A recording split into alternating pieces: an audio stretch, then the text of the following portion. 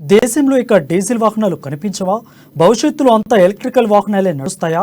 అసలు డీజిల్ వాహనాలను నిషేధించాలనుకున్న కేంద్రం నిర్ణయంలో ఎంతవరకు నిజముంది?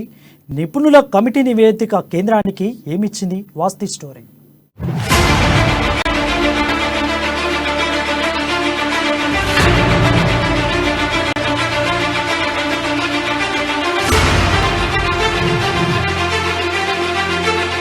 భారత్ లో డీజిల్ వాహనాలను దశల వారీగా పూర్తిగా నిషేధించాలన్న ఉద్దేశంతో అభిప్రాయం తెలిసేందుకు కేంద్రం ఓ కమిటీని ఏర్పాటు చేసింది. దీంతో అన్ని పరిశీలించిన తర్వాత ఆ కమిటీ కేంద్రానికి నివేదిక ఇచ్చింది.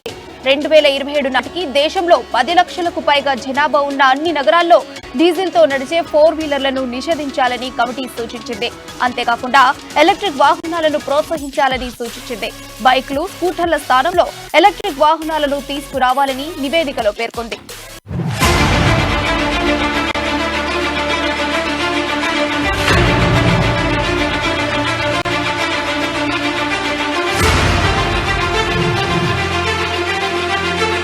కమిటీ చేసిన ముఖ్య సూచనల్లో డీజిల్ తో నడిచే కార్లు, టాక్సీలను దశల వారీగా నిషేధించాలని, వీటిలో సగం వాహనాలను ఇథనాల్ కలిపిన పెట్రోల్ తో నడిపే వాహనాలతోనూ మిగిలిన 50% వాహనాలను ఎలక్ట్రిక్ వాహనాలతో భర్తీ చేయాలని కమిటీ చెప్పింది. అంతేకాకుండా 2027 నాటికి 10 లక్షలకు పైగా జనాభా కలిగిన అన్ని నగరాల్లో డీజిల్ వాహనాలపై నిషేధం విధించాలని సూచించింది.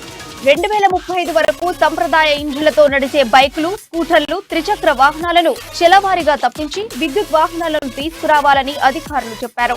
ఎలక్ట్రిక్ వాహనాలకు ప్రజలంతా మారే వరకు సిఎన్జిని ప్రత్యామ్నాయ ఇంధనంగా వినియోగించాలని కేంద్రానికి నివేదిక సమర్పించింది.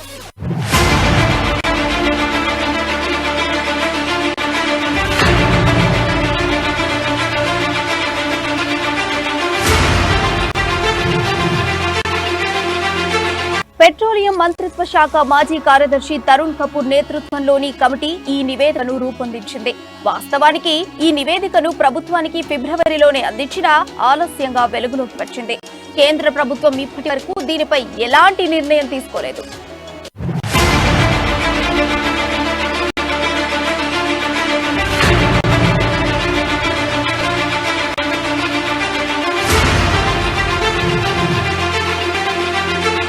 కర్బన ఉద్గారాలను ఎక్కువగా విడుదల చేసే దేశాల్లో భారత్ 4వ స్థానంలో ఉంది. చైనా, అమెరికా, EU తొలి 3 స్థానాల్లో ఉన్నాయి. 2030 నాటికి దేశాన్ని కర్బన ఉద్గార రహితంగా మార్చేందుకు భారత్ హామీ ఇచ్చింది. ఈ దిశగా చర్యలు ప్రారంభించింది. 2030 నాటికి దేశంలో వినియోగించే మొత్తం ఇంధనంలో 50% పునరుత్పాదక ఇంధనం ఉండేలా భారత్ లక్ష్యంగా పెట్టుకుంది.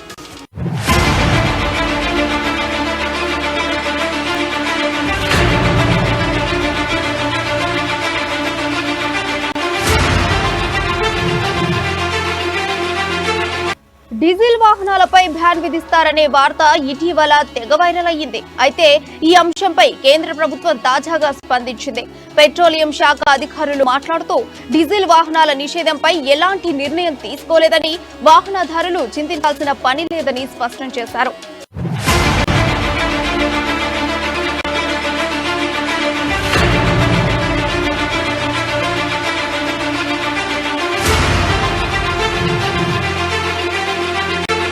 కమిటీ ప్రతిపాదనల నేపథ్యంలో డీజిల్ కార్లు కొనుగోలు చేయాలని భావించేవారు జాగ్రత్తగా ఉండాలని నిపుణులు అంటున్నారు. భవిష్యత్తు ఆలోచించి కార్లు కొనుగోలు చేయడం ఉత్తమమని చెబుతున్నారు. లేదంటే తర్వాత ఇబ్బంది పడాల్సి వస్తుందని వారు హెచ్చరిస్తున్నారు.